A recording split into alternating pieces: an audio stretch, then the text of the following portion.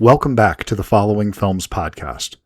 Before we jump in, if you enjoy the show, please take a quick second to leave us a review, subscribe, and share this episode with a friend. It really helps get the word out and keeps us doing what we do. On today's episode, I'm talking with Julia Sweeney and director Rowan Haber about their new documentary, We Are Pat, which is available to stream on Peacock. If you're around in the 90s, you remember Pat from Saturday Night Live. Julia Sweeney created this character, and it became an absolute pop culture phenomenon back then. But as conversations around gender identity, transness, and non-binary visibility evolved over the years, the joke aged into something a lot more complicated and heavily critiqued. What's cool about We Are Pat is that it doesn't just run away from that backlash or try to sweep it under the rug. Instead, it turns this really fascinating excavation of comedy, authorship, and what happens when a bit outlives the era it started in. Rowan pulls together an incredible roster of transgender and non-conforming comedians, writers, and cultural commentators.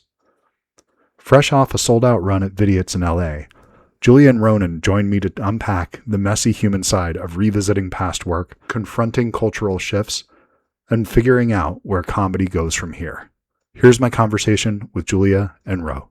Hope you enjoy the show. Thanks. Hey,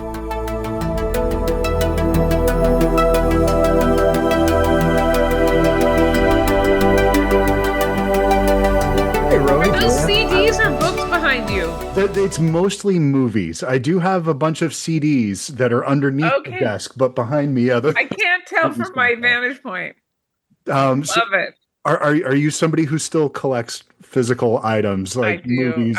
In fact, I'm ready to go off, except for the Pat movie being streaming on Peacock. I live with other people that I have to decide things with, but I'm ready to just go to only physical content. Anyway, I'm 100% with you. Yeah. I would much rather throw on a disc, but Thank you both so much for taking the time to do this. I really appreciate it. I had a chance to sit down and watch the movie last night, and I was so happy with the end result of it because I anticipated it was going to be a bit of a reclamation of this character, but I think it was actually a conversation about the character, which is so important because art is so wildly subjective that nobody's ever right or wrong, especially about the things that scare you and the things that make you laugh. And so reckoning with this these years later, I think it's good to have these differing point of views about this character that I kind of took on face value. Cis, white, straight guy, middle-class, suburban upbringing, didn't give a second thought to it. It was just, I was a teenager. It was a great time in my life, had a great time, moved on. I didn't think of this as a way to describe somebody that would be hurtful at some time or that it became something of power later on. So, Ro, could you just talk a little bit about the conversation that exists in the structure of this film?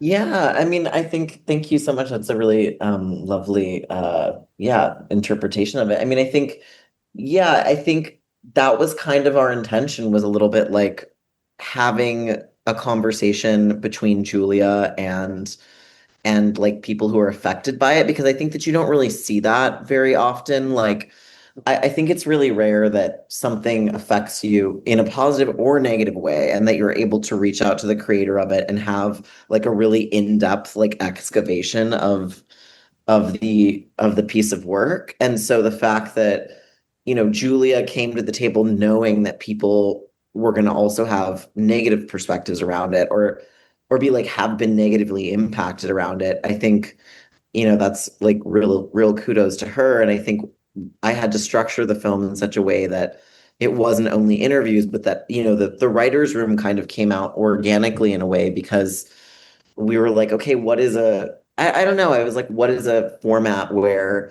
it is interactive, where it is comedic, where conversations are naturally happening between the comics who already didn't agree about Pat. Even within the trans community, we have like so many different opinions on Pat. And then that was also a place that I could bring Julia to and sort of continue that conversation. So I think, the writer's room for me felt like a really good place to have that discussion. Well, no community is a monolith.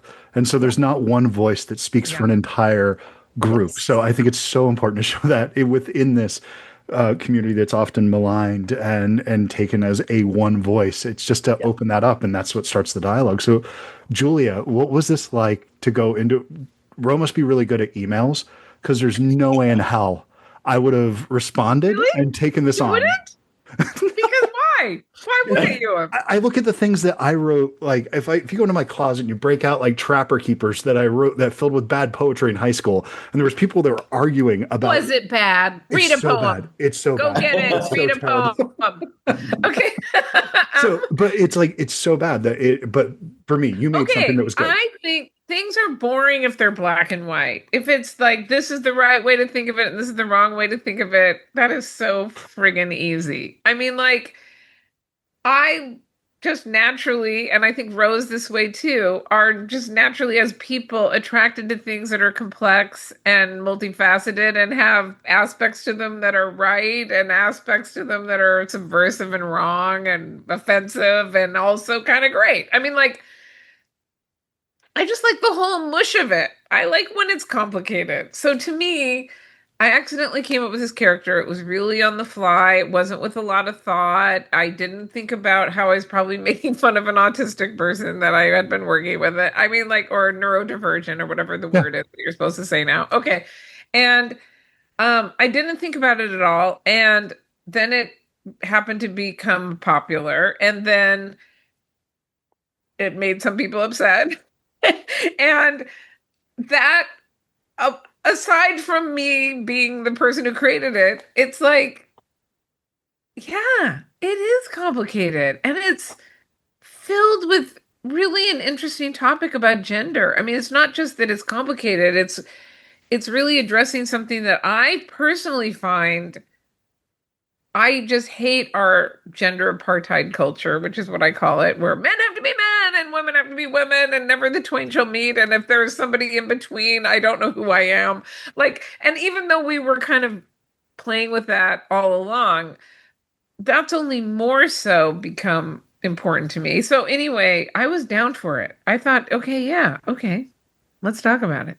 Well, that was the thing that you touched on in the documentary, and I'm glad that people called it out specifically because it unlocked something for me where the idea of your personal experience with how society and your family had these gender expectations of you, and you're pushing back through that, and then you're pushing back that professionally, where the only way that you're able to get on the show and get this rolled through is through doing this act where you either are acting like somebody who has nothing in between their ears, character, this sort of caricature, or you're doing this other thing that you're writing and creating and owning, and that's the thing that breaks through. So it's something that's both empowering and devastating at the same time. And I think that's really, it's that beautiful mix of things that makes it's why I love film. It's why I love art. It's why I love music. It's not because of the act of watching it, which I enjoy. It's the conversation afterwards. It's the hanging out in the parking lot for 20 minutes after that, then going to get a cup of coffee. And then the next day you're still thinking about it and you have to show somebody that piece of art. And because they open something up, and that's what this did for me, that I found nuance in it that I didn't think it may not have been there and that's okay.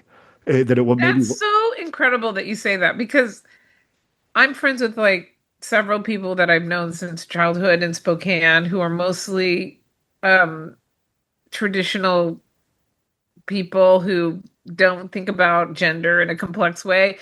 And I am so curious what they would even think about this. Like, to me, those are the people that I hope this documentary reaches. Like, we were pricking something. Maybe we were naive about it, but we were pricking something that was complex and deep. And that's what Ro really brought to the surface. And anyway. I think it will connect with them because smartly, I don't feel a finger being pointed in this film once. Yeah. I feel like, if anything, there's an olive branch being extended to engage with the material, to engage. And it's something that I feel like that's how you start these conversations. That's how you change people's minds, is by openly talking, instead of saying you're wrong for feeling the way you felt, you're wrong for having laughed at this thing. Think about this in a different way. What do you think about that? And then everybody's bringing something to the table. With Ro, you have your own complicated experiences with this character and with this, and then bringing Julia into the mix and doing this whole thing that I can't imagine what this process must have been like for you. How did this character change from the beginning when you first started to the end? And now you're sitting here on this call with Julia, who's been deeply involved in this project now at this point. Yeah, I mean, it's interesting. Like it's hard to say because it has been so long. Like we worked on this project for 5 years together, so it was a little bit gradual. But I think the most amazing thing was how we changed as people throughout the process. I sort of like fully transitioned throughout the process. A lot of the people in the film did, like the pronouns that are at the bottom of it's like we had to like change our lower thirds because we're like, that person is going by he now. We're like, okay, whatever, fix that. So it's like everybody sort of people's voices changed. Like there was a lot of, Julia had 6 different haircuts. Like it was a whole and sizes. Yeah. So we all went to, we all changed throughout the film. And so I think, that was pretty beautiful to have this. I don't know, it just felt like a little cohort. And so I think that was really meaningful. And then in terms of how Pat changed, I mean, really, like, I think that rather than Pat linearly changing, I think my understanding of sort of Julia's process became more in depth and of Julia. But my feelings about Pat kind of didn't linearly change. It was like, I kind of started off loving Pat and ended up loving Pat, but there were moments when I was like, oh, that kind of like, why? Because that's lovable, but there were moments like when I was showing the comics, the film, where I was like, oh, that kind of sucks. I was like, that joke is kind of like not cool, so that I did have negative points. But I don't know. It's like a marriage, I just want to say. Yeah, exactly. You start out very positive. You really see it all. But hopefully you end up more or less positive, understanding the negative. There you go. Exactly. I couldn't have said it better. Well, I know we don't have any time left. We're right at the moment where we have to end this. But Julia, I have to say one thing that I promised I would say to you if I ever got the chance to meet you. I have to say thank you for something outside of the impact that you had on Roe. God Said Ha came to me at a time when I really needed it. About 20 years ago when my mom was diagnosed with ovarian cancer. And it was it was an incredible way to deal with something through laughter. And it has been, if I were writing your obituary, talk about that, it wouldn't be Pat that I mentioned. It would be this, because you had a profound impact. I'm happy about that. So thank you for that. Even though I'm happy about Pat too, but I'm more, God Said Ha is more me than Pat. Okay, good. Thank you for that. I really appreciate it, You're Julia. welcome. All right. Take care. Thank you. It's great to meet both of you. All right, Thank you. It was lovely chatting. Thank you. You too. Thank you. Time enough to figure you out. Time enough to write this down. Wish me luck. Give me hope.